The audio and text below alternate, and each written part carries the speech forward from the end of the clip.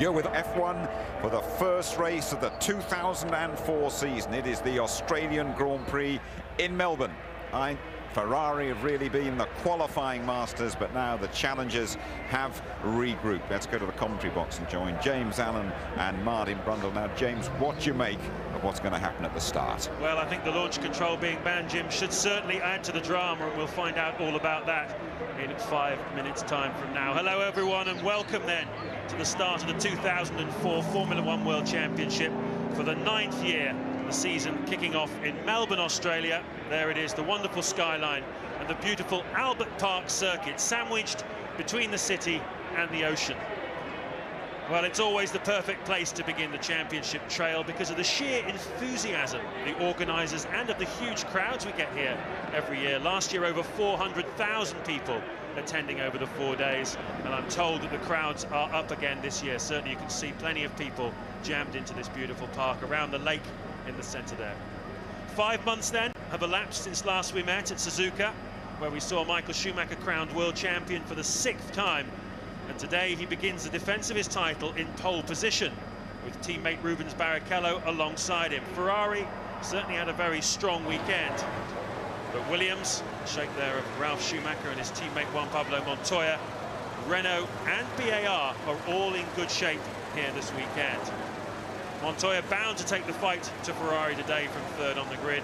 And watch out also for Fernando Alonso starting 5th in the Renault. That car, Martin, has been extremely fast during the winter testing, particularly over the longer runs, and they're very pleased with the way that they preserve the tyres. And I think strategically Alonso may well be running a little bit more fuel today to try and capitalise on that in the early part of the running. Yes, ironically, if you have a car that is good over a longer run, it's not often that good for a one lap. In other words, it doesn't work its tyres that hard, and sometimes if you want grip immediately into a single flying lap, the car wants to be working in turn 1, 2 and 3. If you've got a car that's very kind to its tyres, when you get 14 or 15 laps into a run, it's still keeping those rear tyres intact, and that's what we're expecting from the Renault team. A car that, as the Grand Prix unfolds, remains very strong. I have to say, we'll all be surprised now if the Ferrari doesn't sort of waltz off and have its own race at the front. Let's hope we're wrong about that. But it should be an almighty scrap for 3rd place. But as Ruben said, reliability comes into it. I stood talking to Ross Brawn on the grid just before I did the grid walk, and he said, I'm just trying to work out what might go wrong. Everything is going so right for Ferrari. Well, yes, but I remember last year here, they were on pole by over a second, that everyone thought, oh, here we go, 2002 all over again. But they didn't win the race here last year, and they went on to have a very, very tightly fought championship. This year, Schumacher only on pole by half a second over Juan Pablo Montoya, so it's quite a lot of difference between the 2 years. That's an important point, but also last year we had the wonderful situation of rain, didn't we, which is always throws a few double six during the Grand Prix to unsettle it. But yes, you're absolutely right. Let's wait and see how it does unfold. But certainly a Button, I think, should be in there somewhere. So should Webber, and the first 10, I reckon, should be having quite a good fight. A lot of underperformers on the grid. McLaren very, very slow. Raikkonen down in 10th, Coulthard 12th. And what's scary about that is, even if Coulthard didn't have the problem in the last lap, he still would only have been 1 place higher on the grid than he is. So they really do lack pace unless they've got a lot more fuel on board than anybody else. I think the pit stop windows are going to be somewhere between 11 and 16, depending on how they're running for this afternoon. Those that are running 2 stops may be running a short first stint anyway, so we'll wait and see. Yeah, we'll talk a little bit about the race strategy as the beginning of the race unfolds. 2 lights then on the board, with grid being cleared. Jenson Button we caught a glimpse of there. He's on the left-hand side of your screens, just behind the Ferrari of Rubens Barrichello. That's 4th on the grid. Not his best ever qualifying performance. Memorably, he was 3rd at Spa back in 2000, his first season in Formula One with the Williams team. But nevertheless, a tremendous start to what he hopes will be a real breakthrough year for Jenson Button. They're the rather beautiful McLaren, but at the moment not performing. Beautiful sculpted front wing, the anteater nose. Tremendous variety this year, as you'll see in the designs. Look at the Williams there on the right with the walrus nose, the long Ferrari. A lot of variety in designs this year. Schumacher a little slow off the line there. Barrichello shoots past him. Shouldn't be too much of a problem to let Michael Schumacher back again. Looking out of the window, first race of the season. Always quite a few people get left behind. but it looks as though the reliability has been good, and on this parade lap, they are all getting away safely. Well, standing at the end of the pit lane and watching the practice starts, there were certainly a lot of them that didn't work. And of course, this year they've lost their launch control, as it's called, where they can just release a button and the electronics do all the work. The driver has to control the clutch action and the throttle action real time, and up until the car's doing 100 kilometers per hour, and that's an average of the four wheel speed. So it's not just a question of spinning the rear wheels up to 100, click 60 miles an hour. They're getting the car moving. The driver must be controlling everything, so he has to feed in the hand clutch. Now remember, you're operating a micro switch. You're not operating a hydraulic pump as you would be on your own car, road car clutch, indeed with your brakes too. So you don't really get that much of a feel coming through the steering wheel. It is quite tricky to get it right. And what they're trying to do is mimic now how the launch control used to work at its best. It's changed. When we used to manually start before, we always used to use a lot of revs for security to make sure you don't stall the engine or bog down. But if they get the revs too low, they'll be slow away. Lovely aerial view then of this 3.3 mile, 16 corners here at the Albert Park circuit. Around that lake, as you can see, cars just making their way around, warming up the tyres. Top speed here, about 185 miles an hour. They hit that just down the pit straight before they go into the brakes into turn one. Jean Todt there, the man who has presided over the immense success of Ferrari over the last few years. And the quest really for everybody is to try and knock Ferrari and Michael Schumacher off their perch. What a prize, Martin, for these young drivers out there now, to be the first one in this century, if you like, to knock Michael Schumacher off the perch. It really, I sense they all want to beat him before he retires. It's an absolute must for Raikkonen, Alonso, Montoya, Ralf Schumacher. Yes, they feel it'll be devalued if they win the next World Championship after Michael Schumacher goes, whenever that may be, and he says it'll be some time away. We nearly saw a Renault smash into the back of another car there. It's so easy to do on these warm-up laps. The acceleration of a Formula One car is so mighty that if you're just squirting it to warm up your rear tyres as the driver in front finishes and starts braking, I have seen cars run into each other on warm-up laps, and you have to be very, very careful. And you'll see they'll all stay to the left and peel off right to try not to pick up too much rubbish and bits of old tyre rubber from the many other races we've had here at Albert Park. Michael Schumacher then 3 times a winner here in the last 4 years. Alongside him, Rubens Barrichello. Behind Schumacher, Juan Pablo Montoya, twice on the podium in the last 2 years.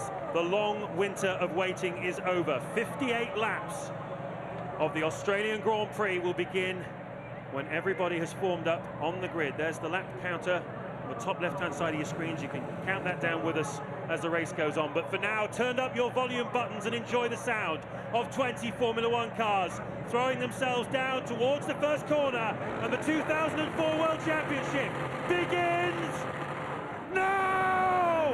Cracking start by Alonso. Look at Alonso on the grass. He's attacked Montoya, but Montoya's fighting back, and Alonso has to yield. 2 Ferraris, 1 and 2 in the corner. Montoya runs wide. Alonso goes through, and Montoya definitely lost space there, and Jenson Button holds on to his 4th place. But a cracking start by Fernando Alonso. Yes, indeed. It'd be good to see a replay of that. I'm sure we'll get one shortly, but Montoya in all sorts of trouble down to that first corner. Now he's even behind his teammate, Ralf Schumacher, back there in 5th or 6th place. Coulthard got away well. Raikkonen had a very poor start, I saw out of the window, and so did Mark Webber, I believe, in the Jaguar, not immediately get away well. He's down to 8th place. So as they make their way round on the first lap, Michael Schumacher leads from Rubens Barrichello. Alonso is 3rd, Button is 4th, 5th, Jarno Trulli. Another great start for him in the Renault. Ralf Schumacher up to 6th, 7th, Juan Pablo Montoya from 3rd on the grid. Mark Webber is 8th, Sato is 9th, David Coulthard is up to 10th place. That's where his teammate Raikkonen started. Raikkonen dropped down to 13th. Here's his cracking scrap though on the track, as you can see, between, that looks like Massa and Raikkonen. Yes, indeed. Raikkonen trying to make up now. He really, and he tremendously fast under braking for turn 13 there. Raikkonen just bogged down on the lines, looking out of the window, just did not get away at all, and had to sort of relaunch the car away. Schumacher leads from Barrichello, Alonso, Button then safely in 4th. Trulli's done well up there in 5th place. Ralf Schumacher Juan Pablo Montoya, Mark Webber, Sato, Coulthard 10. Yeah, it's not the start at all that Juan Pablo Montoya had in mind. He was talking to you on the grid. Could he live with the red cars? We were asking him, but certainly making life very difficult for himself here in the first Grand Prix by dropping from 3rd down to 7th. And worse news for him, he's got his teammate Ralf Schumacher alongside him. There they are, and Montoya has got past him. Yep, past him under braking for turn 3, where Ralf Schumacher was so cautious in qualifying and making the team spit a few feathers because he lost 7/10 under the first 2 braking zones.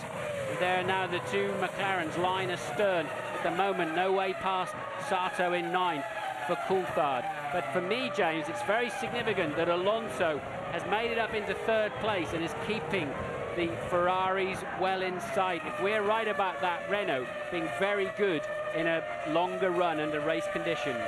Yes, well, we're talking about the strategy of the races here, typically a 1 or 2 stop race, but they've made the pit lane faster now. The speed limit now 60 miles an hour. It's up from 45 miles an hour last season. And the pit lane itself is shorter, so they're trying to encourage people to make more stops, and certainly the indications are the guys who qualified towards the front are going to make 3 stops here this afternoon, or certainly was carrying a 3-stop fuel load at the start of the race. They can change their strategy as they go along. You might see them running a longer middle stint, but Alonso, we sense, is running perhaps a little bit more fuel than the people around him, and if that's the case, given the way the Renault, as I say, is very gentle on its rear Michelin tyres, he could be sitting in the pound seats here this afternoon, certainly looking good for a podium finish. Now, we saw Coulthard in the front of your picture now, flying through the air in his qualifying lap. He did damage some aerodynamic pieces, but he was allowed to replace them under the Parc Fermé regulations.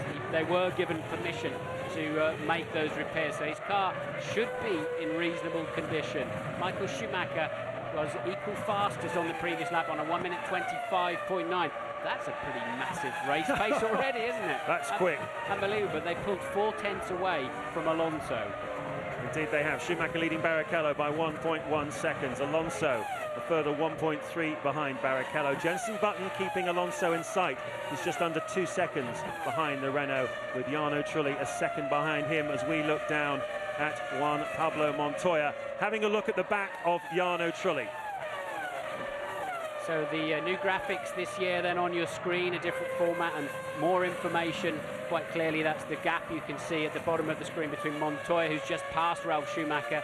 Montoya 6th, Ralf Schumacher 7th. Looking down the times, interestingly, Montoya in the 26s, as was Alonso, who's up in 3rd. Michael Schumacher's just done a 24.9, a 1 minute 24.9. That is some 2.4 seconds faster than last year's pole on the 3rd lap of the Grand Prix. The Ferraris are absolutely flying. Here's a replay of the start. You can see the green Jaguar of Webber 3 back on the left, very slow away, and still those Renaults quick off the line. Whatever they learned under traction and launch control regulations, they've certainly put it into play as well for the driver control system. Both Renaults flying, and it looks as if Montoya got too much wheel spin, and look at that. Trulli and Alonso already all over him, and now he goes in too deep, locks the wheel onto the grass and loses out badly. There's another angle, and there is Montoya just locking that unloaded inside right front, and you lose so much deceleration. Your front tyres doing most of the braking. You've got about 58% of your braking energy through the front, and you just cannot slow down.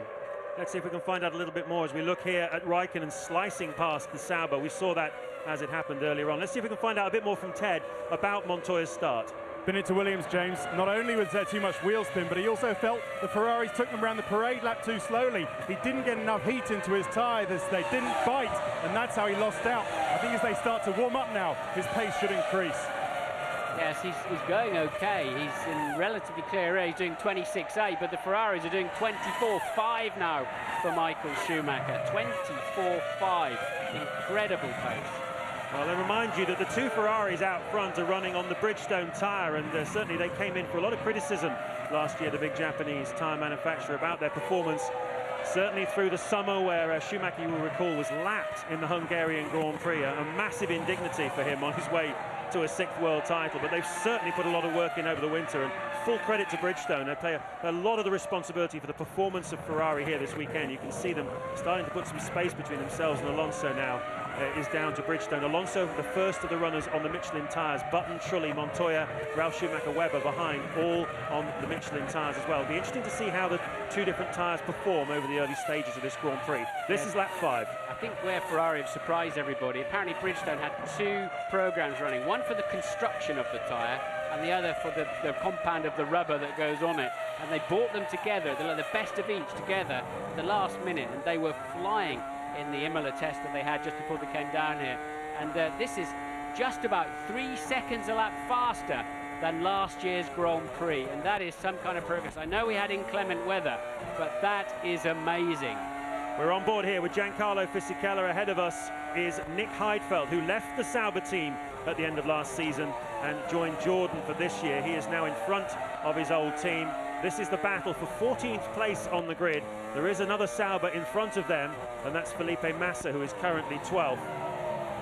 Nice onboard shot then from Fisichella's car, hoping for a lot from his move to the Sauber team, but so far Sauber not really got that car working well. Yes, Fisichella, of course, moving out of the Jordan, and he would not expect to be following it in the Grand Prix. You can see the T-cameras, the T-bars, the camera on the top of their airbox there, both with day glow on them. The first numbered runner in each team has to have this identification on the top of the car, so it's easier for us to spot the drivers this year. And it seems as if he's quite a bit faster, but at the moment Fisichella then tucked right up behind Heidfeld. So where are the passing places on this Albert Park circuit then, Martin? Quite difficult, because although they're long straights, the braking areas are so small, it's difficult to get there. Heidfeld, they're just touching the grass, but if you get a run on anybody, you should be able to sneak up the inside of them under braking and force your way through. But you've got to work at it, get yourself in position as you enter the straight. That's not always easy to do, as you lose the aerodynamic effect from the turbulence given off by the car in front. Well, there's a big queue developing behind Takuma Sato in 7th place. David Coulthard stuck in that. We think Jarno Trulli is holding up Juan Pablo Montoya, possibly the two of them on different strategies. This race developing very nicely on lap 7. Michael Schumacher leads it from Rubens Barrichello, 2.3 seconds behind. Alonso is 3rd, Button 4th, Trulli 5th, and Montoya is 6th.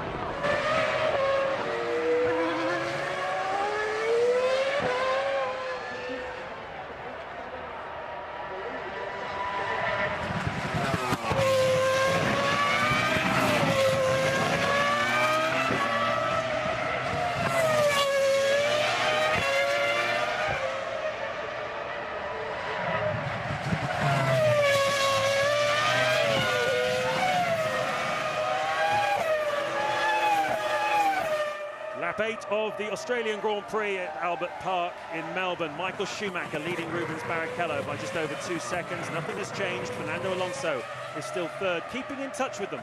He is 6.3 seconds behind race leader Michael Schumacher after 7 laps. Button, though, dropping back a little bit. He's over 6 seconds now behind Fernando Alonso.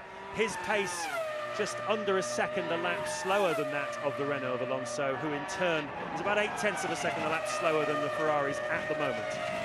Barrichello just put in a new lap record of 1:24.4. Michael Schumacher is in the middle of responding to that. The gap is 2.2 seconds. Ruben was just beginning to ease it back. We're about to see a lap record smashed again, I think, if Michael Schumacher has a good run through to the end of the lap. He's just enjoying himself. And this young man Alonso is hanging on somehow, thank goodness for us. And he's still in the hunt somewhere, because everybody else are seconds adrift. There'll be questions asked of McLaren. They're currently running 3.5 seconds slower than the leaders. And that's a 24.170 for Michael Schumacher, way quicker than pole position, matched by Barrichello on the same lap, all bar 9,000ths of a second. It's like they're in a different formula, James. It is, although you have to say, Martin, that there are a couple of queues being formed here. There's the one behind Jarno Trulli, which contains the two Williams cars. Montoya, we think, is on a slightly different strategy from Jarno Trulli and possibly being held up there. And this is the other problem here. Takuma Sato, although Coulthard not that close to him, Raikkonen you can see, and Massa behind them. But Sato is doing pretty slow lap times in comparison with the men in front of him. And I wonder whether perhaps McLaren do have a bit more pace if they just get themselves in front of Sato. I don't think David's close enough to be worrying Sato too much. Therefore, we have Fisichella in the Sauber. But it's interesting to me that Massa is beginning, who's in 12th, beginning to hustle Raikkonen and Coulthard, just to demonstrate, I think, that the Bridgestones in these heat conditions and on this track are far, far superior. And that is why the Ferraris are romping away at the front. They've got the best car and the best tyres. On a cool day, the track temperature 26 degrees, the air temperature 19. It's as chilly as it's been throughout this weekend here in Melbourne. It was quite warm earlier in the weekend, very sunny when we arrived here, in fact, midweek. They've been having record temperatures through the late part of the summer here in Australia, over 40 degrees a couple of weeks ago, but no sign of that today, and that is to the great advantage of Ferrari and Bridgestone, whose tyres tend to like the colder weather, and to the disadvantage of Michelin and its partners, Williams, Renault, McLaren and Jaguar and BAR. They tend to perform much better in the hotter climates. We saw Giancarlo Fisichella making a very early pit stop. I think that was probably because he felt he was being held up by Nick Heidfeld, and he was going to have to stop anyway in the next 3 or 4 laps. May as well do it now and get clear of Heidfeld. You're riding on board then with Raikkonen, looking back at Felipe Massa, who's having no trouble staying with the McLaren at all. Look at this. Massa's Ferrari engine, he's gone up the inside. Did he get through? Yes, he did get through, unless he disappeared somewhere. Massa has repassed Kimi Raikkonen. There you saw it. He got in the slip. He was quicker off the last corner, got in the slipstream and was faster down the straight. And there's Raikkonen. He's got some problem. It looks like the rear locked up. It looks like the engine died because both his rear tyres suddenly locked. And that is why he got passed down the straight that easily, I think. Just the engine going a bit sick, and then it's blown up and locked up immediately. Nothing you can do about that unless you pull the clutch in immediately. But then as soon as the engine stops, the hydraulic pressure fades away and the clutch re-engages anyway. And that is an engine failure for Kimi Raikkonen. Yes, you can see the smoke pouring out of the airbox. And I think the body language of Kimi Raikkonen says it all, as does the body language of Ron Dennis we saw there up on the pit wall. This, I'm sorry to say, is no great surprise. McLaren having to run the car, the engine, a very low regime in order to make it last. And you can see that's how Massa cut through. He almost didn't make the pass stick. Raikkonen tried to get back round the outside, and then you could see that Raikkonen's rear wheels lock up, Martin, and that is clearly the engine. They've had real problems with that, haven't they? They've been treating it like a porcelain vase all weekend, just bathing it as Montoya dives into the pits. Yes, they must have dropped it then because that one's broken. So Montoya then pitting. The leaders are on lap 11, and that for me is a great surprise. We thought Williams might be running more fuel than probably anybody else, given that we were expecting such an electric pace from them. And they weren't that hot in qualifying, and therefore we hoped they were going to go further. But Montoya then, the second man to pit. Yellow flags are out because of Raikkonen's stranded car there. But I do wonder, he was in that queue behind Trulli, and I just do wonder, they must have realised that Trulli was perhaps carrying more fuel and he was on a hiding to nothing. I think they've rolled the dice here, Sam Michael and the team in the Williams strategy wall. They brought him in on lap 10, but there was a long stationary time, and into the pits comes Rubens Barrichello, I think that is, in the Ferrari. Michael Schumacher goes across the start-finish line. So, yes, obviously everyone carrying quite low fuel. But Montoya put in a lot of fuel on his first stop. Let's see what Ferrari do. With this advantage, I wonder if Ferrari will refuel this a bit longer now and turn it into a two-stopper with a short first stint. New tyres going on. A lot of fuel going in there. About 7 seconds worth, James. So that's not going to go that far, is it? If they were converting the strategy, it would have been 9 or 10 seconds, wouldn't it?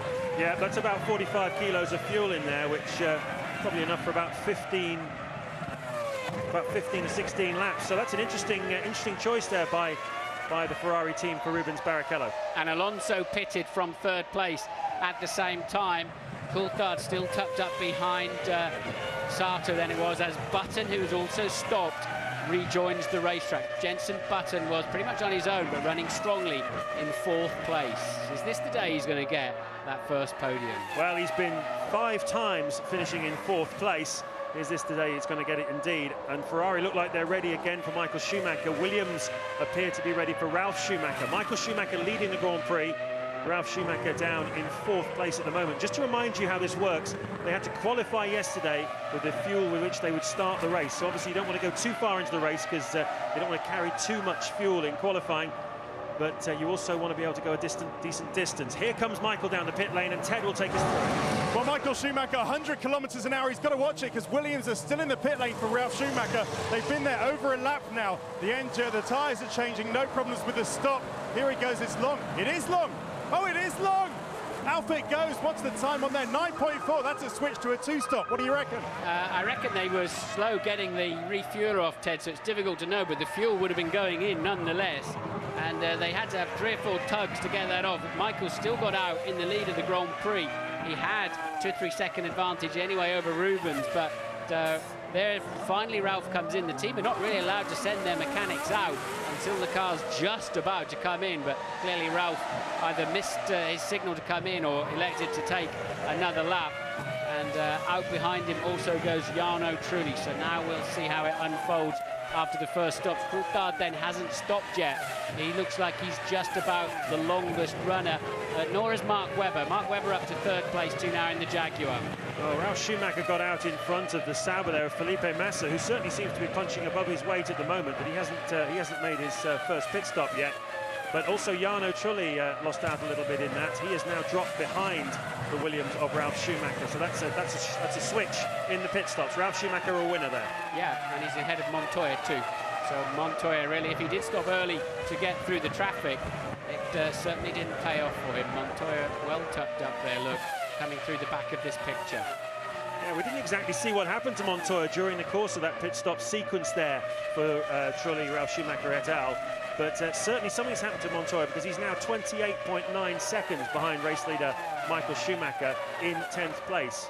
At the moment, Michael Schumacher leading from Rubens Barrichello. This is lap 14, and Webber is coming into the pits from 3rd place, so Alonso moves up into 3rd place. Coulthard there has not stopped yet, so perhaps McLaren running a little bit more fuel in their strategy, starting to pay off for them. You can see the field spacing out a little bit as Mark Webber makes the Jaguar first pit stop, and that clock was not right. It was about 8 seconds, I think, so Webber looks like he's on a 2-stopper. You were right about Coulthard being held up behind Sato. He's now going 1.5 seconds a lap faster, so although he didn't look that close, this is what the drivers have been saying. Even if you get within 1.5 seconds of the guy in front, you're already beginning to hurt. Such is the way the aerodynamics are on these cars now. They're so efficient that they seem to be so easily destabilized by the turbulent air from another car. Maybe they've got to do more work in wind tunnels with one car following the other to do something about this. Well, you can see that we've already passed one of the Minardis. Already been lapped. Jolt Baumgartner and Gianmaria Bruni there, falling into the clutches of the 2 Ferraris, and this is only lap 14 of the 58-lap Grand Prix. I think part of the problem for Montoya is that his refueling was slow, and whether or not he took on 10 seconds worth of fuel. There's you can see Massa running wide. I think it was Fisichella, wasn't it? But the problem for him there was the Toyota was just cruising into the corner and basically caught him out. Presumably that was D'Amato. Fisichella was about to catch him. The Toyota was just snail-like in the braking zone. Whether D'Amato's got a problem, we don't know. Well, Toyota haven't really been on it at all this weekend, have they? Mike Gascoigne, the technical director of Renault, left over the winter as McLaren get ready for a pit stop for one of their, well, for David Coulthard, Kimi Raikkonen being out of the race, and in he comes. Yes, Raikkonen out of the Grand Prix. That's the first engine failure we've seen this weekend under these new regulations, where the engines have to basically be like pit puppets for the weekend. And away goes Coulthard with a bit of a stutter there, but back into the race. If he is on a 2-stopper, he may just be in better shape towards the end of the Grand Prix. If he can get his engine to last, as we were saying before, McLaren having to be very, very gentle with them this weekend, and they did very few laps in the Friday practice and indeed Saturday morning practice before qualifying. They're very, very concerned about the reliability of this new Mercedes-Benz engine. Well, Rubens then is now down to just 1.4 behind. We think Michael is carrying a bit more fuel. Whether that was intentional or not, I don't think it necessarily was. When they're trying to pull that thing off and it won't come off, it just always seems it's heavy and it's tight. Something you can barely lift by yourself, those refueling rigs. And so Michael is weighed down. Remember, there's 13 litres per second pouring into the car. And maybe this is the moment when Rubens can make a bit of ground back up on the world champion. We're on board then with Sato, and he is down now in 11th place. And in front of him, the Jaguar of Christian Klein, our first sighting of the rookie driver, teammate to Mark Webber. Just 20 years old, the Austrian. He's been thrown into Formula One this year as partner to Webber. That's a pretty tall order for anybody, but he looks like quite a promising racing driver, Klein. As I say, he's only 20 years old, but a good Formula 3 career last year, and he has had a very solid performance so far here at Albert Park this weekend. His qualifying yesterday was ruined by a hydraulic problem on the car. He wasn't able to set a lap in the second qualifying session, but I've been impressed with him throughout the practice sessions and the first qualifying, and he looks quite a promising driver. David Richards there, team boss of the BAR team. Their man Jenson Button still holding on to 4th place behind Fernando Alonso 3rd, and then the 2 Ferraris in front of them. Little puff of smoke there out of the back of Ralf Schumacher's Williams as he closes up on the back of Jenson Button to develop a battle for 4th place, and we've got a Minardi going slowly. Yes, Klein's not stopped in the Jaguar yet. 2 drivers yet to pit then. Klein in 10th and Pantano in 13th place for Jordan. But is Ralf Schumacher now beginning to relentlessly pursue Jenson Button? The Williams much faster under braking. So BAR's not. We did hear that they struggled a bit on the longer runs, which I think is what's given Jenson a car that delivers quickly on a single flying lap. But right now, the Williams looks the faster package there as they begin to fight over 4th place. Well, you can see now on board with Ralf Schumacher, that's Jenson Button up in front. Martin, it's extraordinary really the progress that BAR have made over the winter. Jeffrey Willis, who was formerly head of aerodynamics for the Williams team before he switched over to BAR to become technical director, he reckons they found 2 seconds over the winter between the chassis, the engine and the tyres, and that's a tremendous amount to find over one winter, isn't it? Yeah, I think that's everything. I was surprised just how high their engine is revving now when we saw it through qualifying with the new graphics that we have. And they've got their carbon gearbox on and all sorts of nice bits and pieces on the car. Button is pumped up and driving very, very well. But for some reason, in this stage of the Grand Prix, he's fading away from the pace. And I have to say, the Ferraris have backed off as well up front, haven't they? They're 9 seconds clear of Alonso, but they've stopped pumping in those stellar lap times.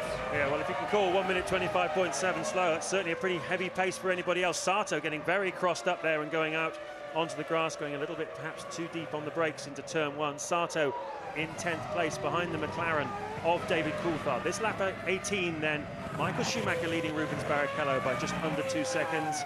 Alonso 3rd, Button 4th, Ralf Schumacher 5th, and 6th, Jarno Trulli.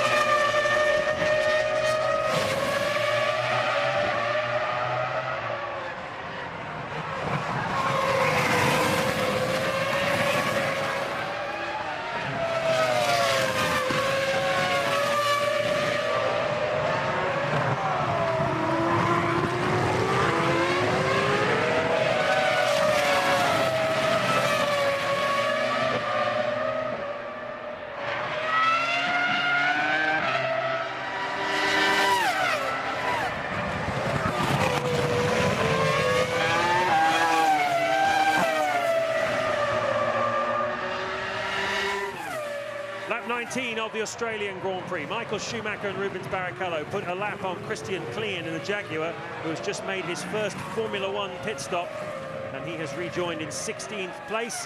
We have 18 cars still running. Zolt Baumgartner has retired in the Minardi, and Kimi Raikkonen we saw spectacularly locking up the rear wheels when the engine failed in the McLaren earlier on lap 9. So 18 cars in it. Schumacher leads Barrichello. Less than a second now between them as Barrichello gets close to the back of the 6-time world champion. Fernando Alonso is 8 seconds behind Barrichello in 3rd place. Button then in 4th. Ralf Schumacher right behind Jenson Button.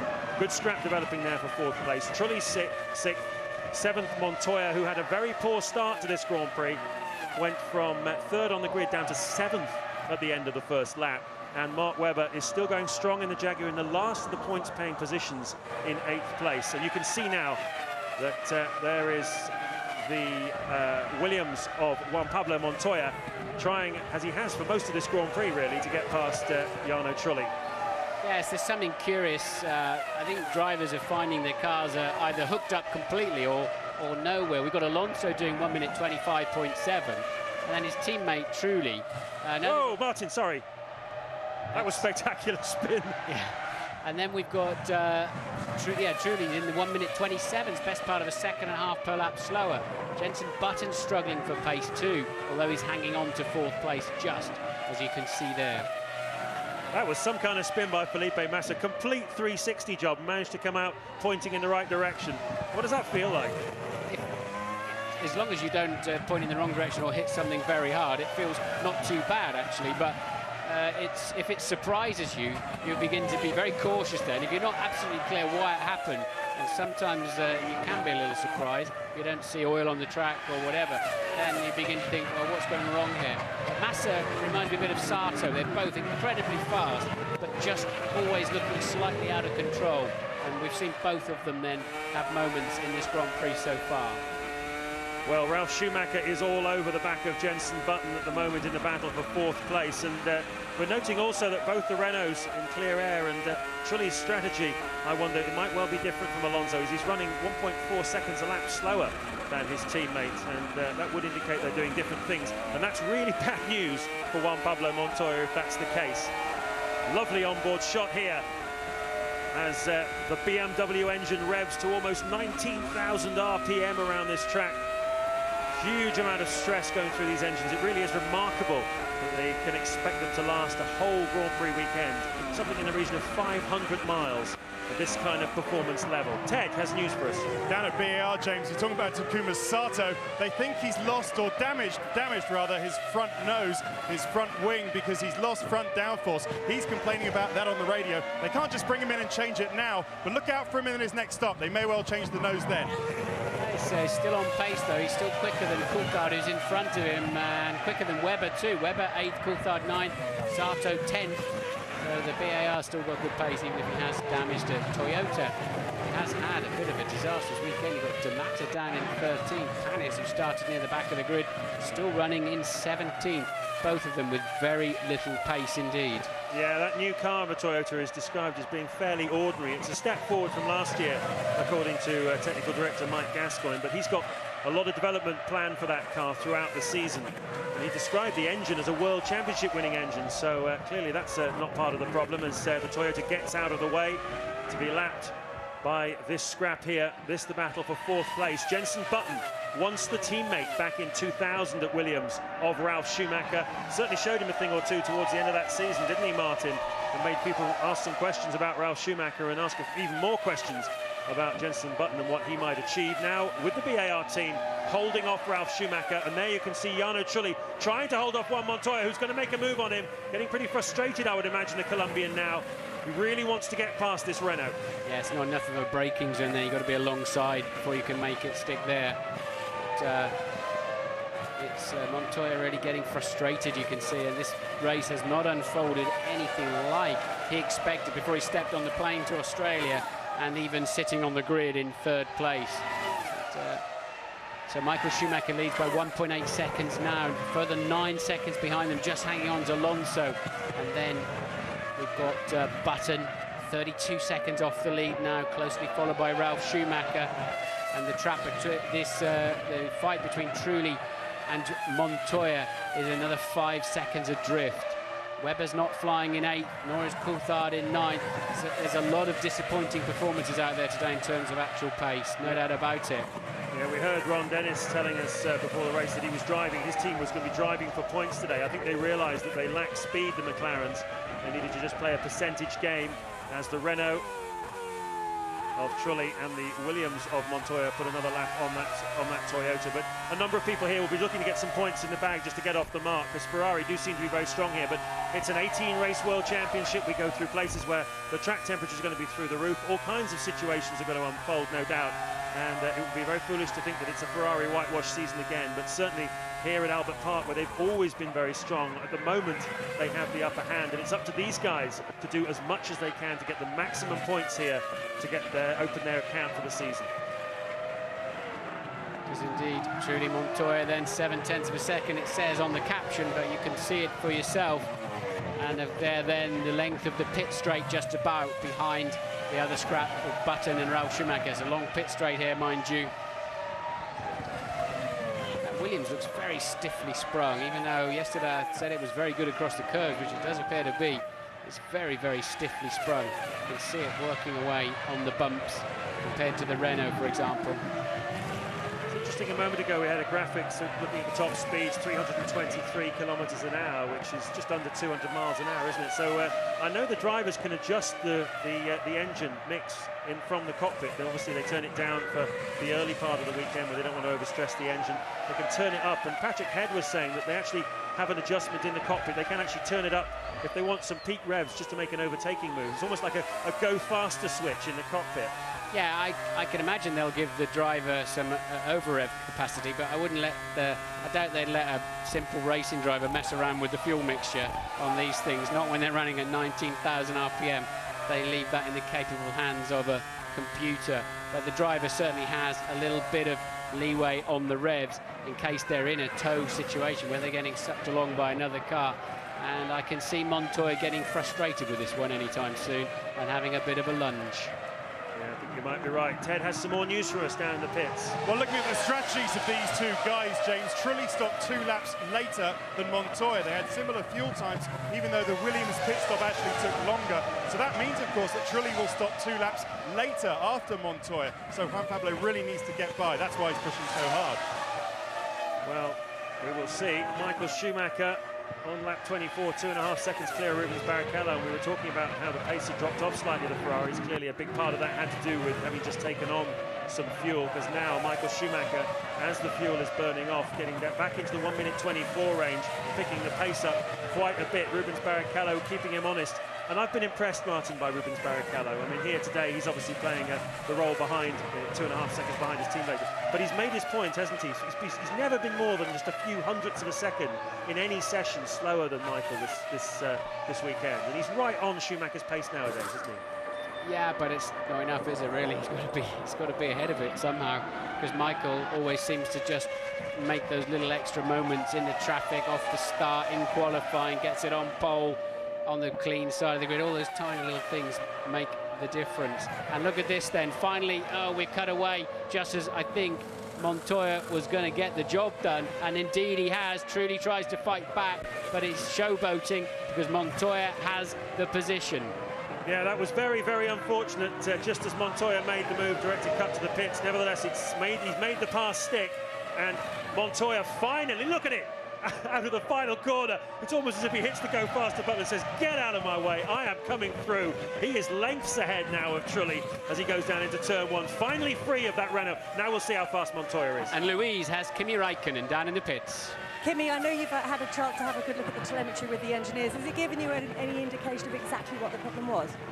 I think so. We lost the water pressure, and then the engine gave up, but it was very disappointing. The team have made it quite clear that there is more development to come from this car, but nonetheless, have you been a bit disappointed by your pace this weekend? Yeah, for sure. We wasn't expecting to driving on 10th place and not going anywhere, and it's for sure disappointing because we shouldn't be on that position. We should be fighting on the first place, and I think so. No one is happy. First start under the new regulations. How do you think it went? It didn't change for us anything. Thanks, Kimmy. Well, he doesn't sound too happy, but I would imagine Montoya was happy. We kept seeing replays of his very clean move on Trulli. He went to block him on the way out of the corner, which, strictly speaking, you're not allowed to do. You're allowed to move across the racetrack once. You cannot weave. And nonetheless, Montoya now straight into the 1 minute 26s. Trulli slipping back to 1 minute 28, and really not on a great pace. And he will start coming under pressure from Mark Webber soon too, will Jarno Trulli. So Montoya stuck behind Trulli for a full 10 laps, and that will certainly have made a major impact on his Grand Prix effort. He's now up into 6th place, 5 seconds behind teammate Ralf Schumacher, who seems to be struggling a bit for pace at the moment. Yeah, but something's just happened to Alonso. Alonso's just done a very, very slow lap, and that's why Ralf Schumacher is suddenly up behind him. So 4th place now, there's just 9/10 of a second in. There it is in front of your eyes.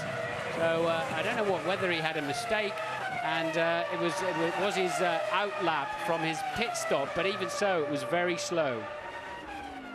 Here we can see that moment of Sato again, up onto the grass, down into his 10th place, as he's been for most of the Grand Prix. Takuma Sato having an eventful afternoon on his return to Grand Prix racing. He raced, of course, in 2002 with the Jordan team before sitting out last season as the BAR test driver. Got the one opportunity to race at Suzuka, the final Grand Prix of the season, where he scored some points. That gave him a lot of confidence going into this Grand Prix, but he's been a little bit ragged this afternoon. Teammate Button, though, is dropping Ralf Schumacher, and as a result of Alonso's second pit stop, has gone up into 3rd place. So Schumacher, Barrichello, the top two, 40 seconds now clear, if you please, of this man Jenson Button, who dives into the pits, which will hand 3rd place back to Fernando Alonso. Also diving into the pits is Juan Pablo Montoya from 6th place. So poor guy's going to be behind Trulli again, I think, when he comes out, which is not his idea of a happy day. A little bit of a problem getting the fuel hose off Button's car.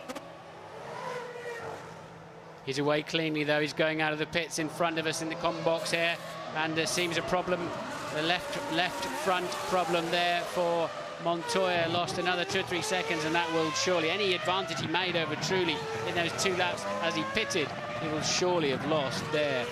And you can't even take fuel on board at that moment. So it's just not working out for Juan Pablo Montoya at all today. Meanwhile, Michael Schumacher leads by 2.9 seconds now then from Barrichello. Well, Montoya must wonder a little bit about what this track has for him in terms of bad luck. Last year, remember, he was leading the race with only about 10 laps to go, and he spun, and that allowed David Coulthard through to take the victory, and Montoya came home a rather bedraggled and sad 2nd place. He's been 2nd for the last 2 years here, and he'll be doing well if he can get back up there this year. It's, as you can see, that's the top 8 at the moment, and that's the fuel strategy as it's played out. So you can see the Ferraris did take on that little bit more fuel in their first stop. They'd switched from a 3 to a 2-stop strategy. And Ross Brawn on the pit wall, masterminding Ferrari's strategy once again, seems to have it all very nicely under control at the moment. Ralf Schumacher, now he's got sight of Alonso. Although Alonso's stopped twice and he's only stopped once, so they're out of sync, really. Alonso running a little bit wide there, but suddenly Ralph's down in the low. Now he's on a 125.9. Somebody in the Williams pit is going to be saying, where did that suddenly come from, Ralph? Mark Webber pits 2 out of 6th place. Yeah, well, they pitted a lap apart, Alonso and Ralf Schumacher, so I think that, I imagine Ralf Schumacher must be making his second stop any time now. Here comes Webber. He pitted on lap 13 originally, and here he is again now on lap 28. Taking on some more fuel, going back out into the field, and I think he'll rejoin around 9th place, so just out of the points. That will push David Coulthard up into 8th place in the final points-paying positions. So let me give you the order on lap 29. Michael Schumacher, Rubens Barrichello, Fernando Alonso, the front 3. Ralf Schumacher 4th, Trulli 5th. Buttons down to 6th now after his second stop. Montoya 7th, Coulthard 8th. That's the points-paying positions. Takuma Sato has just made a pit stop as well. Webber cleanly out of the pits then, as is Sato, and underway once more. Ralf Schumacher pits then, as expected, so the second stop of the afternoon for Ralf Schumacher. Clearly they've gone to and remain on a 3-stopper. I don't know what McLaren are doing with Coulthard, but it seems as if probably Coulthard, Webber and Klein are the only solid 2-stoppers of the afternoon. Approaching half distance then in this Australian Grand Prix. Ralf Schumacher, everything neat and tight. A little bit of a jump there off the clutch, but he rejoins the fray. Had a bit of a ragged afternoon here last year and picked up only a couple of points, or 1 point in fact, but today running in 4th place before he made that pit stop. Interesting to see where he comes out relative to Jenson Button, because those two are having a really good scrap before the second round of pit stops. Into the pits comes Barrichello. I wonder how fast these Ferraris could go if somebody was chasing them. Michael's just set another new lap record on a 1:24.1, just responding to Rubens. Pushed him again, got the gap down to around 2, so Michael just said, okay, I'll just go a little bit faster and spoil that run. That's a lovely stop for Ferrari. That even's working better than anybody else for them today. And away he goes then. As soon as he crosses that white line on the way out of the pits, he's away. He must not cross the right line that runs down the middle of the racetrack, as you know, until he's past the end of it and joined the racing line. And a lovely clear track in front of him and behind him. When it's working well, everything falls into place. It really does, doesn't it? Well, you were talking there about Michael Schumacher responding because Rubens Barrichello was pressuring him, but Rubens is now re-signed for another couple of years at Ferrari. Michael's already won 6 World Championships. What do you think the balance of play is within that team? Are they allowed to race each other now, do you think? Yes, I think that they are. I'd like to think that, that he's got every chance of racing, but you just know that if there's 5 good engines, the very best one, Michael will get it. He will always get the best that's in the team, even if it's only 2 horsepower more, it'll go his way, and all the best pieces inevitably head in Michael's direction, I would have thought. He is the team leader, he is the world champion, and he's earned that right in many respects. And Rubens has signed up for another few years of it. Well, we'll see. Down the pit lane comes Michael Schumacher on lap 30. I wouldn't be a front jack man for all the tea in China. Coming in at 100 kilometers, that's 62 miles an hour. Don't stand on the road and wave somebody down who's doing 62 miles an hour. And anyway, that's what they do for a living, and they're good men. And there you can see the margin as Schumacher emerges in front of Rubens Barrichello. About half the length of the pit straight here at Albert Park between the two. And it was 2.3 seconds before that round of pit stops for Ferrari. We'll see what it is when we rejoin. But that lap of Michael Schumacher's, that 1:24.1, almost indecently fast around this racetrack.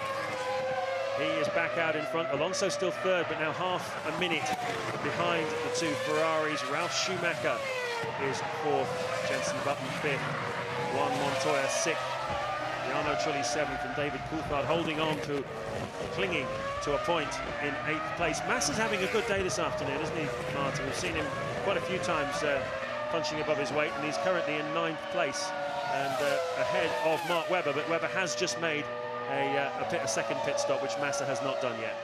Yes, he is. He's outperforming Fisichella by miles. Fisichella tucked down in 14th place, lapping around the same speed as the Jordans, whereas Massa's up there hustling Coulthard. So not exactly right behind him, but matching him on lap time. On board then with David Coulthard, heading down to what I think is the infamous turn 3. Indeed it is.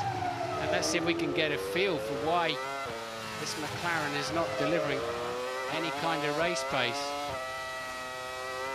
Nowhere near flat through turn 5.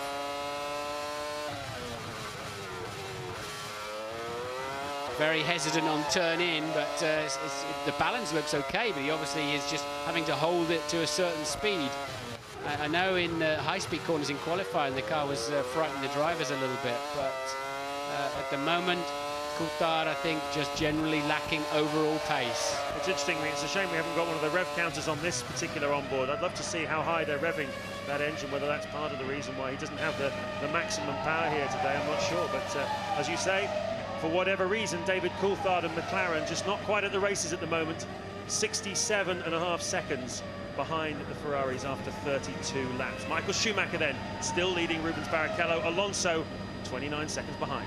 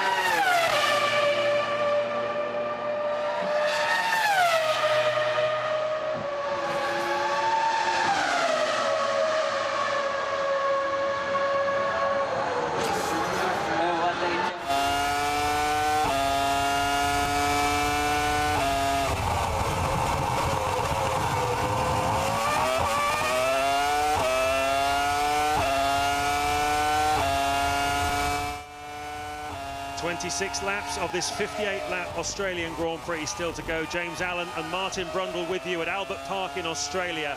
We're riding on board with Rubens Barrichello, and we are 6 seconds behind the world champion Michael Schumacher after that second round of pit stops. Barrichello lost out quite badly there to Michael Schumacher, who now has quite a comfortable margin over his teammate at the front. Behind them, Fernando Alonso pressing very, very hard, as fast as he can go really in the Renault, and he's really a gutsy and persistent drive by Fernando today in third place, which he got a terrific start off the line and went up from 5th to 3rd, and that really was the platform for him to make this attack, but he really can do nothing about the pace of the Ferraris today. Ralf Schumacher has got ahead of Jenson Button through the pit stop sequence. He's now 4th with Button 5th.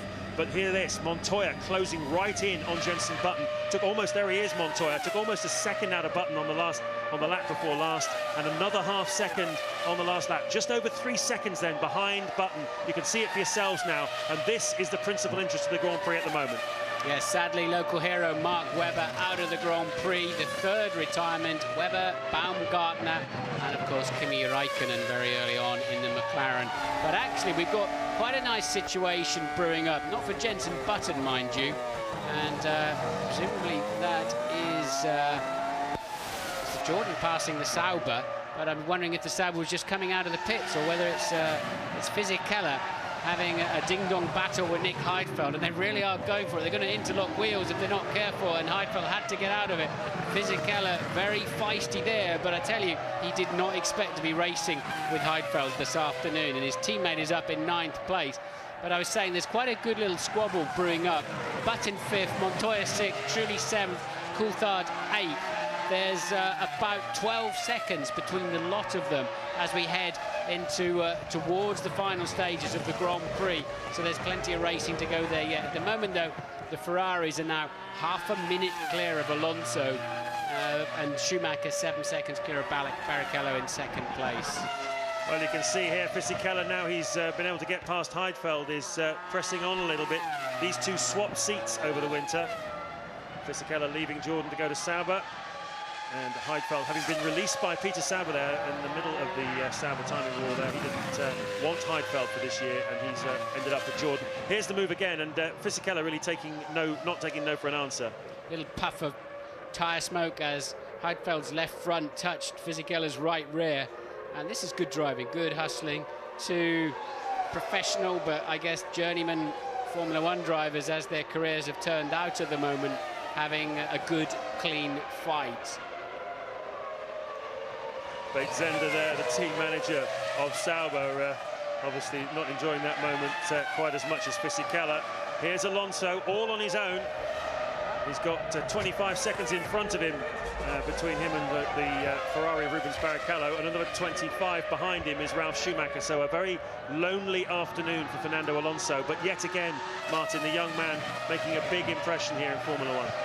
Yeah, I think he's probably man of the match so far in terms of driving what he's got underneath him. That's a great car, and he's certainly the only one that's remotely kept the Ferraris in sight. And Alonso going well. I tell you, if we go to Malaysia, where traditionally Ferrari and Bridgestone have struggled, and Ferrari pull this performance out, there's some serious questions to be asked. And I think if I was running Formula One, I'll be going home from Malaysia, if that unfolds that way, asking some big questions. If it's Ferrari dominant and that rather lengthy qualifying procedure we went through yesterday, I think there may well be some changes coming up soon in Formula One in that respect. Not that I'm anti-Ferrari, I'm pro-Ferrari. I love, a good mate of mine is Ross and Rubens and all that, but I'm very pro-Formula One, and these guys have got to close the gap down to Ferrari, and I think we've got to do something about that qualifying session yesterday. Well, if they're the best, it's up to everybody else to catch them. And certainly this Williams, I think, is a faster car than it's been able to show here this weekend at Albert Park. It's pretty parky today, and the Michelin tyres don't like it in the cold weather as much as the Bridgestones on the Ferrari do. I think Malaysia may well be a different story. Let's hope so. Certainly Renault last year, you recall, Martin, they annexed the front row, Alonso and Trulli, in Malaysia, and they expect to be very, very competitive again there. But certainly Ferrari here are the cream of the crop. A lot of brake dust coming out of off Jenson Button's car, if you notice. Doesn't seem to be as comfortable. You noticed that earlier on when he was fighting against Ralf Schumacher, that the BAR seemed to be not quite so comfortable on the brakes. No, he's certainly fighting it a bit, and hasn't shown that stunning pace to put him fourth on the grid, that's for sure, but still maintaining fifth. But Montoya now just 7/10 of a second behind him, and we have seen already the Williams very fast under braking. Look, pulling 18,600 RPM. That used to be for motorcycles with very small engines, those numbers. That's incredible from a 3-litre engine. Look at that, how much better Montoya is under braking. And as soon as he can get somewhere near the zone with Button, he'll nail him somewhere in a braking zone, no doubt about it. This the scrap then for fifth place. Ralf Schumacher is 3.5 seconds up the road and seems to be fairly... he's had a slow last lap, Ralf Schumacher. So I'm not quite sure what happened there. But gathering it together now as Button and Montoya cross the start-finish line. They've got D'Amata, I think it is, in the Toyota. Certainly one of the two. Yes, it is D'Amata in the Toyota in front and left. Down in 14th place is Coulthard pits. So Coulthard then clearly on a two-stop strategy this afternoon. There'll be quite a lengthy fuel stop there, and the car will be fat when he goes out, but he's away and he's got a chance of some points. But that's all McLaren can expect today, isn't it? Adrian Newey will be somewhat concerned that this MP419 doesn't appear to have a lot of pace here in Melbourne, and even as the winter testing unfolded was clearly lacking absolute pace. Toyota having to yield everywhere. That's the second biggest car company in the world and the most profitable. I cannot imagine. Everything else they've done in motor racing, they've gone on to dominate and win in many respects, and they'll have to do something quite big to sort that one out. Obviously, Mike Gascoigne will take quite a while to feed in his knowledge and experience. And look, Montoya feigning a run down the inside, was never going to get through there, but it will distract Jenson, and he knows he's going to pick him off anytime soon. Well, this is a great scrap, isn't it? The BAR Honda of Jenson Button just holding off Juan Pablo Montoya, and there's a bit of history here with these two. You recall that Button made his debut in Formula 1 with Williams back in 2000. He was moved aside to make way for Montoya, who's now going into his fourth season of Formula 1 with Williams, but he will be leaving the team at the end of the year, and a lot of people believe that Jenson Button is high on Sir Frank Williams' shopping list for next year, along with Mark Webber to replace Montoya, and possibly also Ralf Schumacher if he should make a move too. So quite a lot at stake here, and Sir Frank Williams, I think, will be a very, very interested observer here. He knows what he's got in Juan Montoya. He ran Button when he was a raw youth of 20. Now team leader at BAR. Can he fight off Juan Pablo Montoya? Dickie Stanford there, team manager of Williams, very experienced man, and all the Williams mechanics enjoying this scrap as much as we are. Michael Schumacher still matching the pole position time on the last lap at 1:24.4. Barrichello 1:26.8. The gap now up to 12.6 seconds. I'll keep an eye on Barrichello's time because he's beginning to slip quite badly now, and even Alonso beginning to edge back towards him.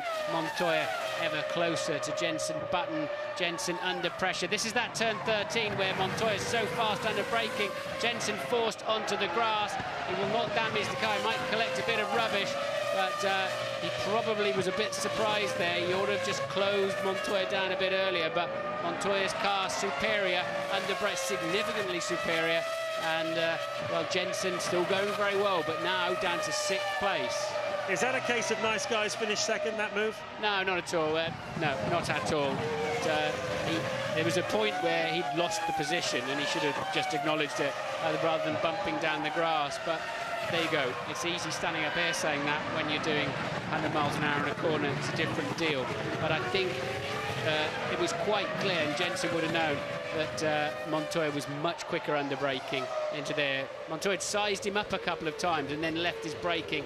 I think he surprised Jenson, frankly, when he went down there, and Jenson ending up getting forced wide. But he had a good look at him into there, didn't he, a couple of laps ago? Yeah. So, but I think Button also would be worried probably about that Jordan in front, probably having a bit of a look at that as well. But you can see how close they came to going wheel to wheel. Button just running a little bit wide on the grass, and through goes Montoya. Here's Alonso, still in 3rd place, having a very lonely afternoon. And it's interesting getting your experience. 158 Grand Prix you started, Martin, and I noticed in the records that today David Coulthard starts his 158 Grand Prix, exactly the same number as you managed. Yep, he's won 13 of his, but he's not going to win today's one, sadly. He's down in 8th place. He's now been lapped. McLaren's been lapped by the Ferraris, just as I think everybody apart from Alonso's, even the Williams could be lapped today. That'll be something to see a bit later on. That's not what we all prophesied before we came down here, is it? All us experts on Formula One, we all thought the Williams were looking mighty and they could be lapped. Reminds me a bit of 1998. Do you remember Häkkinen and Coulthard, the very dominant McLaren at the beginning of that season? But that championship went down to the wire, didn't it, in Suzuka at the end of the season? So should never draw too many conclusions from what you get at the first Grand Prix of the year. This is an odd track, Albert Park. It does tend to favour one car. It tends to flatter it. The Williams was flattered through the mid-90s. The McLaren was flattered in the late 90s. And Ferrari have been flattered in the last couple of years as well. So let's see what happens the rest of the season. I agree with you. It is a unique racetrack in many respects, as Alonso pits from 3rd place for his final scheduled stop of the afternoon. The end of lap 40, the leaders are into lap 41. And the interesting thing here is he should be able to rejoin comfortably in front of Ralf Schumacher. If Schumacher is on a 2-stop strategy, he will make no more stops this afternoon. He had a 32-second advantage. That's usually more than enough to be able to get out.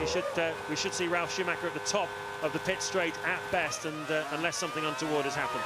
Ted Kravitz is in the pits. Just a word on BAR. Their tyres are starting to fade really badly. This was what they were afraid of. They've done all their tyre testing in cold conditions in Europe, and now when they've got here, all right, it's not hot, but it's much warmer, and they've started to go off. They can't wait until Jensen's next pit stop.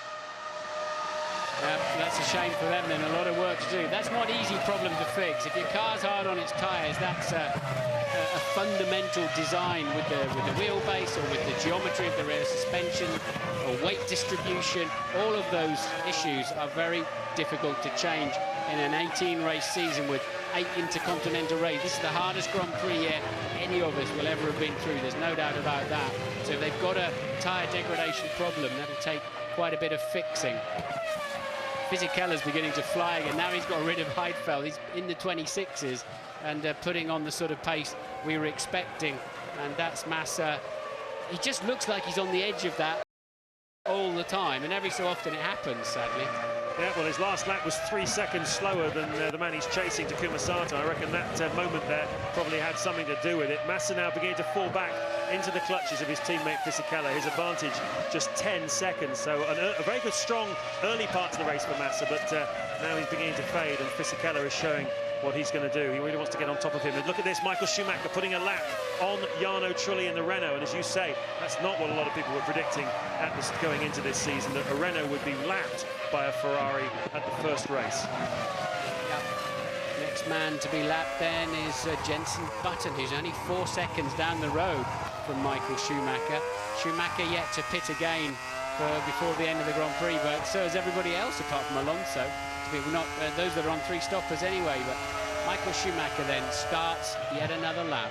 And Mark Webber has retired from the Grand Prix. Louise Goodman's with him. Mark, no fairy tale ending today. No, unfortunately not. It was a shame. Wish we were still out there. I was enjoying it. I think that was where the pace of the car was, just trying to hang on to the back of the big guys there, and was really, really enjoying it. And we lost 6th and 7th, so 5 gears these days is not enough, unfortunately. But nonetheless, you must be encouraged by the pace and the performance the team's shown this weekend. Yeah, that's nice. But we should have got to the checkered flag. But you've got to take it the rough with the smooth in this game, and it's a shame. But that's how it is. Thanks, Mark. Thanks, no problem.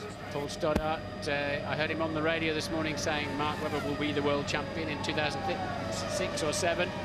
Fellow Aussie, of course, but Stoddart, a big fan of Webber's, as is most of the Formula One paddock. Nice guy, says all the right things and pretty handy behind the wheel. So a big star of the future, I think, there, but not this afternoon. Yes, he took part in an amazing challenge over the winter. I think he did 1,000 kilometres around Tasmania. I saw a little bit on the plane on the way over here. They made a TV programme of it. Absolutely extraordinary. Kayaking, climbing mountains, hiking. He is the fittest guy. I mean, he's just unbelievable what he gets up to. All for charity. He does an awful lot of work for charity, Mark Webber, and a nicer guy you couldn't hope to meet. But look at the pace of Juan Montoya now. He's just set his fastest lap of the Grand Prix so far. He wants 4th place from his teammate Ralf Schumacher as we see the BAR of Jenson Button pitting. So Button pits from 6th place then. Montoya suddenly found a whole bundle of pace, and that is Button going a lap down to Barrichello too, although of course the Ferraris had to stop one more time. He'll get that back, but eventually he still too will be one of the lapped drivers. Klein then is just behind him. He's in 14th place at the moment and travelling quite slowly.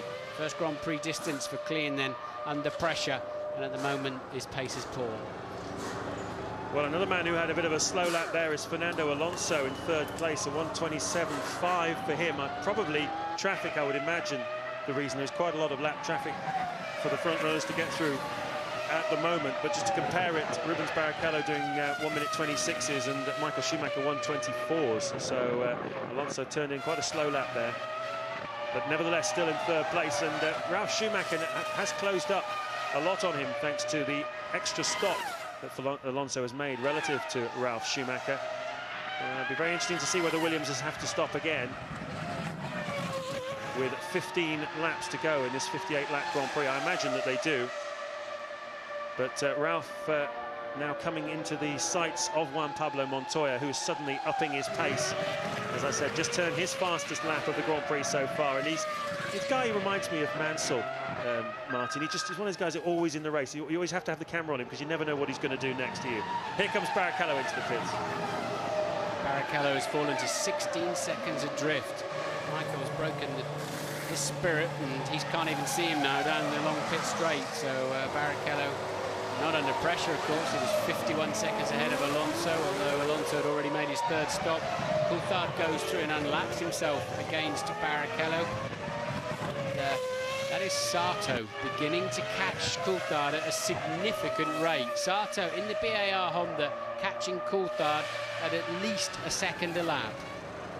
Williams mechanics ready in the pit lane then. Both of their drivers, Ralf Schumacher and Juan Pablo Montoya, have done 2 stops in this Grand Prix. Clearly they're going to stop, at least one of them is going to stop 3 times. Their Ferrari guys getting ready for Michael Schumacher as well. So Schumacher leading Barrichello, Alonso 3rd, Ralf Schumacher 4th, Montoya 5th, Button 6th. Having dropped down from 3rd place at one point. Into the pits comes Michael Schumacher. It's Montoya that the Williams team were waiting for. He's right behind. There he is. Ted. Montoya pits, but it's 1 lap too late. Those tyres will not be up to hot top temperature. And now there's a problem on the rear right. I don't believe it. Another one. That's more or less every pit stop Montoya's had today. There's been a problem with it. Meantime, Michael Schumacher in. No problems as usual. He's away. And of course, the Ferrari is the best part of a lap ahead of Montoya. He follows him out of the pit. And if he catches him, he'll lap him. So another dismal stop then for Montoya. I don't know if it's the wheel nut sticking or the wheel on the spindle, but whatever it is, they're not able to cleanly change the wheels on that Williams of Montoya. Montoya was, though, able to rejoin ahead of Jenson Button quite comfortably, so that's one piece of good news for him. That is the top 8, and we have 13 laps to go here in the Australian Grand Prix.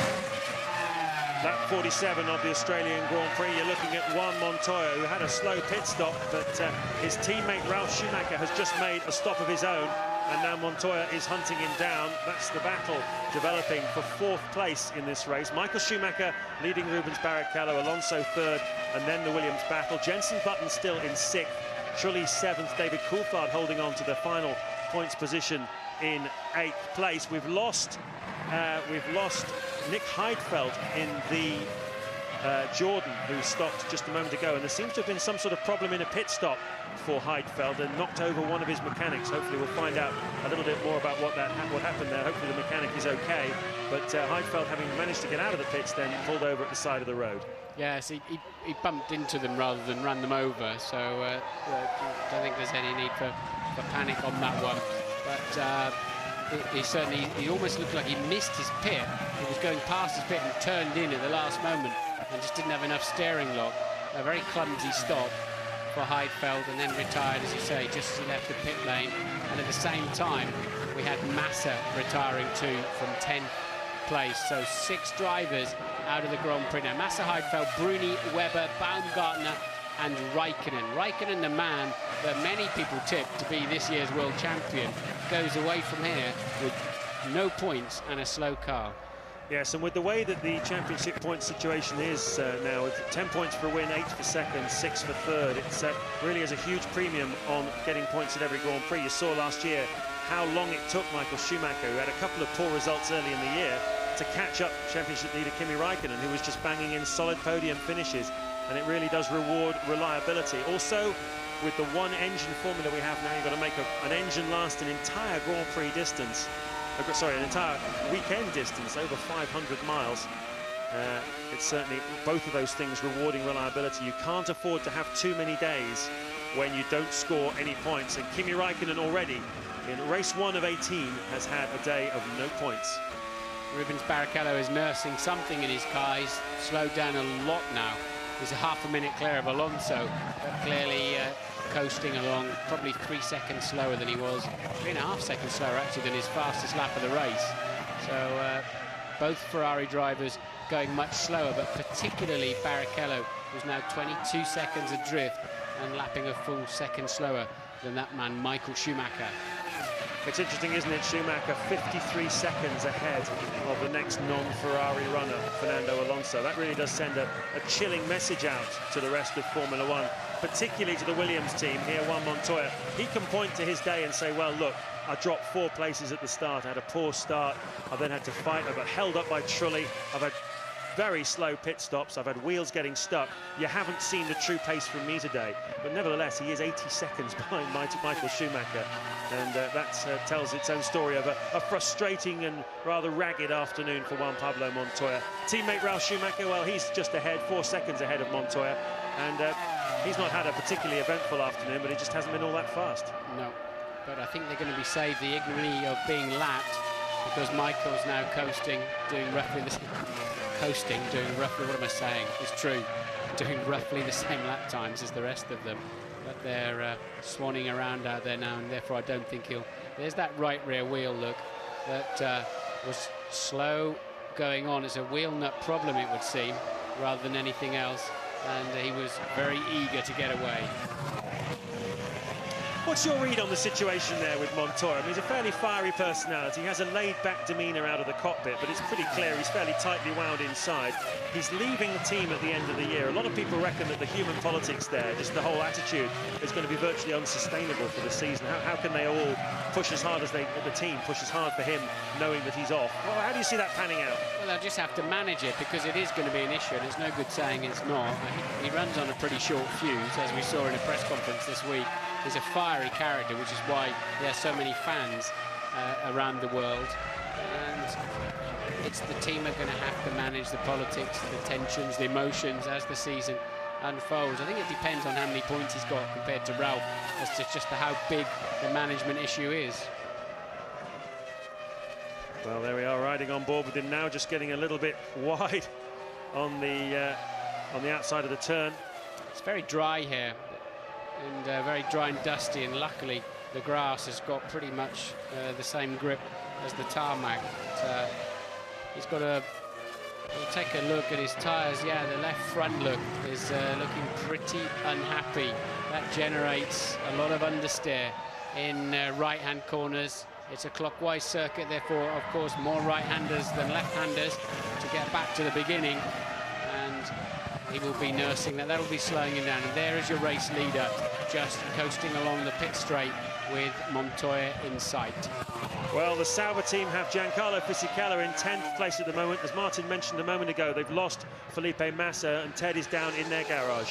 Yes, they're searching for clues on the telemetry. It's inconclusive at the moment, but their two possibilities are a complete electric failure because the radio also died. Felipe couldn't say what was wrong, or they think it may be a recurrence of the fuel pressure problem that they had on Friday. Whatever, not a good weekend so far.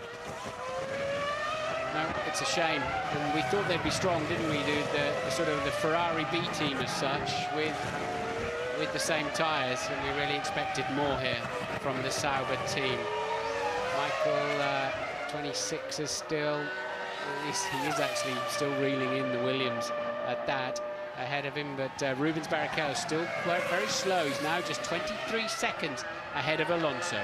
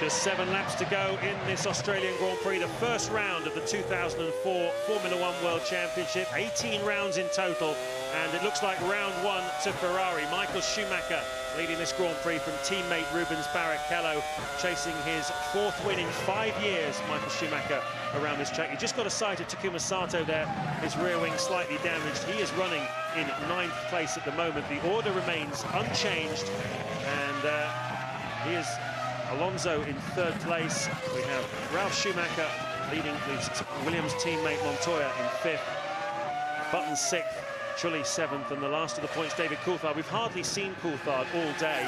He's had a very quiet and uneventful afternoon. His teammate Kimi Raikkonen was the first man to retire from this Grand Prix. From the start, the 2 Ferraris comfortably into the lead. Terrific start by Fernando Alonso, moving him up from 5th on the grid to 3rd, which is where he is now. He's had a very strong afternoon. Ralf Schumacher started this Grand Prix in 8th place. He's battled through up into 4th place. I guess the man who's had the most eventful day, though, is Juan Pablo Montoya, starting 3rd on the grid. Got a very poor getaway and was swallowed up by the Renaults and by his teammate. And he has had a terrible time, really. Some slow pit stops. He was held up by the Renault of Jarno Trulli for at least 10 laps in the middle phase of the Grand Prix. And he is a very frustrated 5th at the moment. One of the men who really wants to throw down the gauntlet and challenge Michael Schumacher for this World Championship this year. So, if you like, Schumacher's 2 main rivals, Montoya and Raikkonen, both having pretty difficult afternoons here. And look at the front tyres on the Toyota too. The Michelins are not happy on this racetrack in these conditions. Ralf Schumacher's front tyres not looking good either. Louise. Yeah, just that we saw that Nick Heidfelder had a problem with that last stop, and a couple of the mechanics got hit. What happened was with the Sorry about that. We've lost Louise on the live link down to the pits. We'll have to go back to her shortly. I don't know what the message was going to be. it was about the Jordan mechanic. Yeah, it was about. I don't know what the actual message was. I know it was about. But anyway, hopefully we'll get back to her and find out. So Michael Schumacher now leading by 24 seconds from Barrichello, who's 28 ahead of Alonso, who's 22 ahead of Schumacher. Hardly close up front, is it? Montoya 10 seconds behind in 5th place. Button 8.4 behind him. Trulli 12.2 behind Button. Coulthard just edging towards Jarno Trulli. Trulli 7th, David Coulthard 8th. Sato a long way behind Coulthard now after his 3rd stop. Coulthard on a 2-stopper then, as were both Jaguars. Everybody else 3-stopping.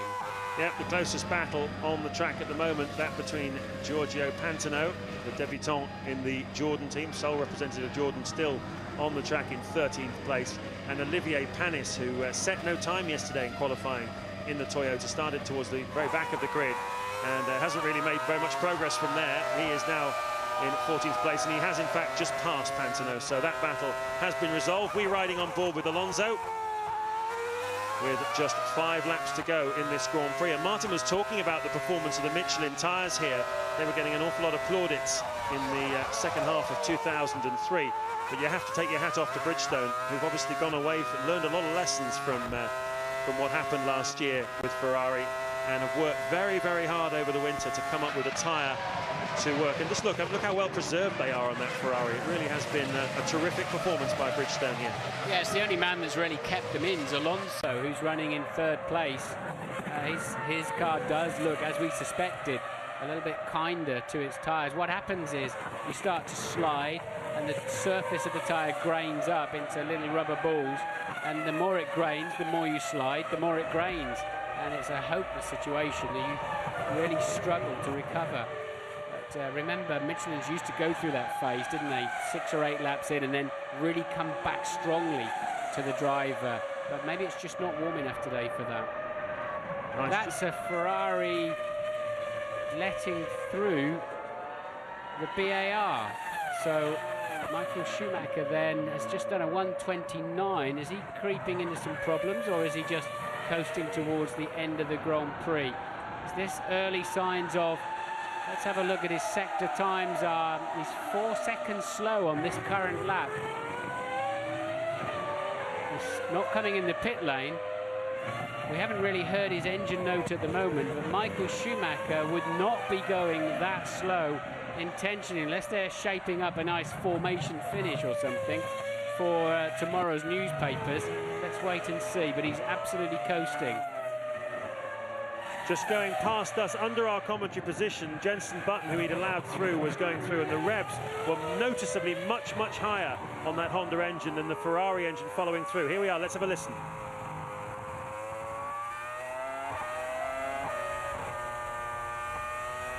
I can't hear anything wrong as such, it's just going very slowly. There's the gap down to 18 seconds. He was 1.4 slower in the first sector alone. Ted, have you got any news? Well, there's certainly no worried faces at Ferrari. Everything's calm. The mechanics are all sitting down. They're not preparing. Normally, if something is going to happen, they'll at least put one guy into the pit box in case he has to come in. But something Ross Brawn was saying to me when I spoke to him this morning, Martin, he was saying that at the end of the race, we will turn everything down. If we're in a good position, we'll turn everything down. Let's just hope for Ferrari fans that's the case. They could afford to turn it around, turn it upside down, and then turn it down, and they'll still win the race. But we're 3 laps, 2.5 laps to go still. And I just don't know why, if they're trying to do a formation finish, you do that in the last lap. I don't know why he's cruising this slowly. Once again, he's going to be 4 to 5 seconds off Barrichello's pace.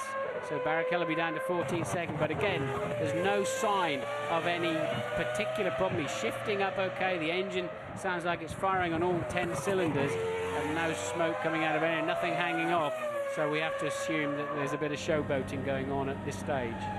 Yeah, well, he can certainly afford to do it. As things stood, he was 50 seconds clear of the next non-Ferrari runner, Fernando Alonso. So I guess the one thing about this is the headlines coming away from this Grand Prix is that Ferrari wins and wins big, but perhaps not with as big a margin as it might have been if Schumacher hadn't babied the car in the last 3 laps. Very uncharacteristic of him. Always the danger you might lose your concentration, I would imagine, when you back off to that extent after a hard hour and a half's work at the cockpit. Here's David Coulthard, though, battling on in 8th place. It's a long Grand Prix when your car's not working right or whatever. Whether he's nursing something, we don't know, but he's back in the 128s as well, but hanging on to 8th place, the final World Championship point. McLaren look like they're going to go away from here with 1 point only. So Schumacher, Michael from Barrichello, Alonso, Ralf Schumacher, Montoya 5th, Button 6th, Trulli 7th, Coulthard 8th. They're the point scorers, and they're all spaced out enough that there's no real challenge going to come in these last 2 laps. Michael Schumacher then just finishing that penultimate lap as he goes into the pit straight to start the final one, and yes, I think he's just coasting. So what conclusions are you drawing from the opening Grand Prix of 2004? I just hope that it's a bad day for Michelin, and that they can peg this Ferrari back, because it was a red wash, wasn't it? Absolute red wash. And Alonso with the prayer of keeping them in sight, and the rest of them seem to have been, they've not even been fighting each other, they've just been fighting themselves, struggling for consistent times, struggling for fast lap times, and absolutely nowhere. Nowhere indeed.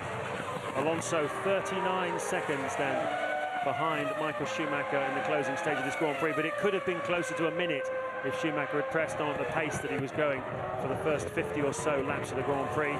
Montoya was unable in the end to close up on Ralf Schumacher, unless Schumacher has some sort of problem on the final lap. Montoya unable to close the gap on him. There, the Renault mechanics, they've got a lot to celebrate today, because Fernando Alonso has been really one of the stars of the day, no doubt about that, in 3rd place. Yeah, if we're going to turn a Grand Prix into an endurance event with one engine for the weekend, and we're going to see people limping to the line like the end of the Le Mans 24 hours, it's no good. Formula One is a sprint from the start to the finish. I don't like to see people having to pussyfoot around and just mollycoddle their engines. It's not what it's about. Well, I'm sure that many would agree with that, as Michael Schumacher comes down the pit straight.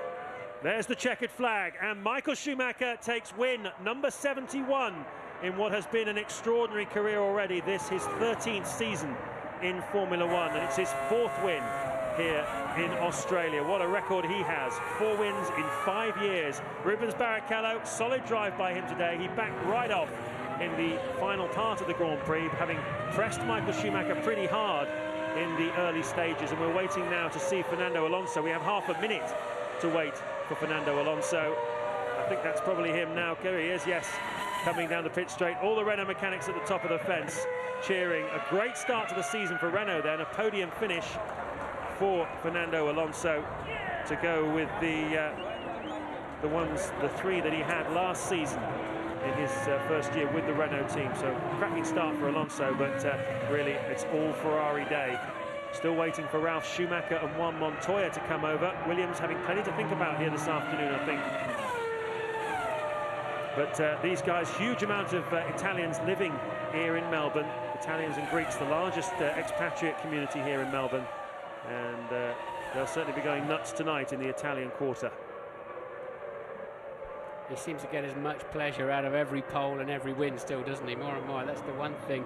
One thing I learned from Michael Schumacher when I was his teammate. In the beginning, when he was up on the podium, he was giving it so large. I thought, hang on, Michael, you know, you finished 3rd, so what, kind of thing. But he's right, because there's enough bad days. There's usually more bad days than good days for anybody's sports career. You've got to absolutely take all the energy out of those good days, and Michael has been very, very good at that.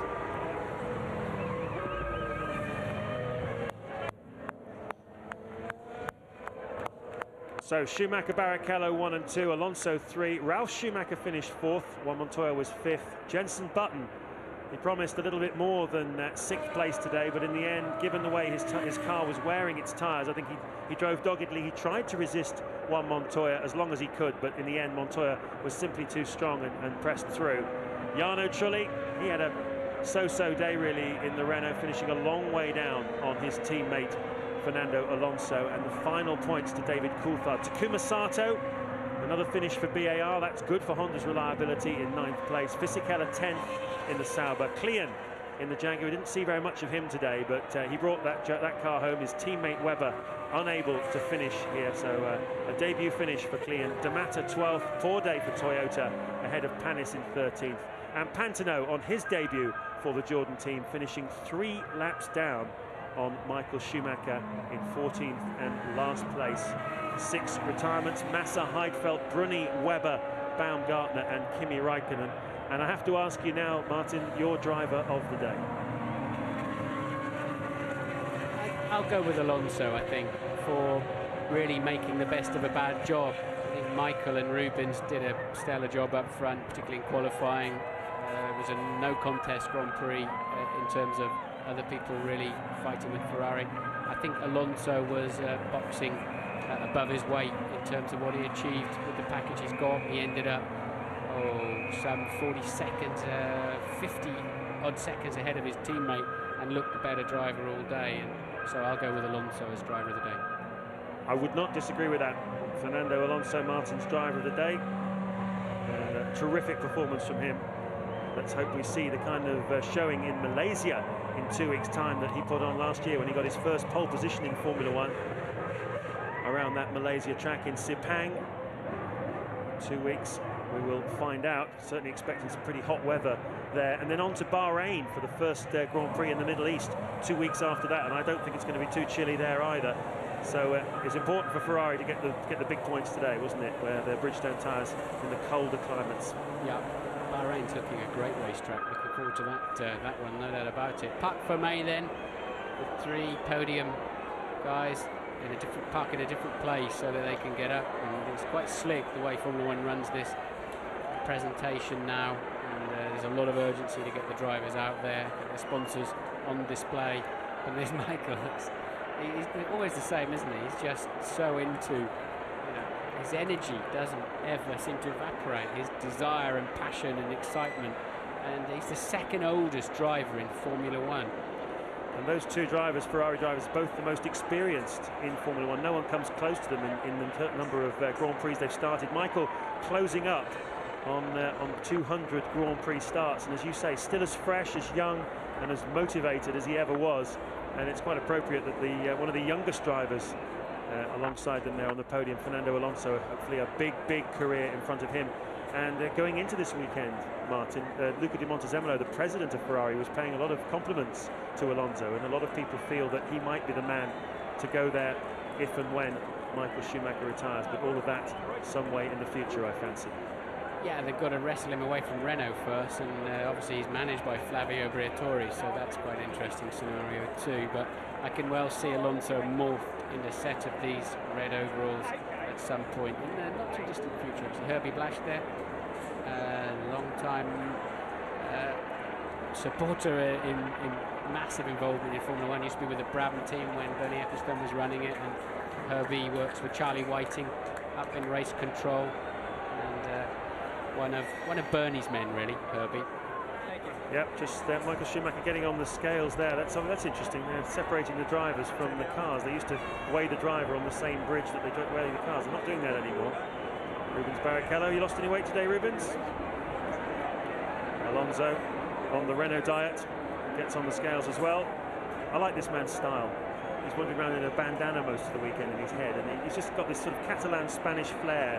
There's something about him that just really works for me. He's like a pop star, isn't he?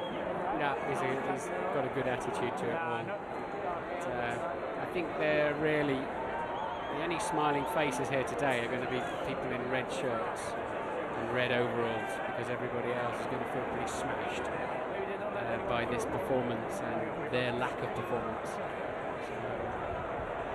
A lot of work to be done in the next 10 days. Some teams they'll be having their test teams out in Europe. McLaren have got a lot of runners in, no doubt Williams will be out. I'm sure Renault will be getting all their test drivers out onto the racetrack and doing a lot of work before Malaysia to try to make the improvements that are so obviously required. Jean Todt there, sporting director, team principal of the Ferrari team. Look how fresh Schumacher looks. He looked like that before he got in the car, and he's just done an hour and a half behind the wheel.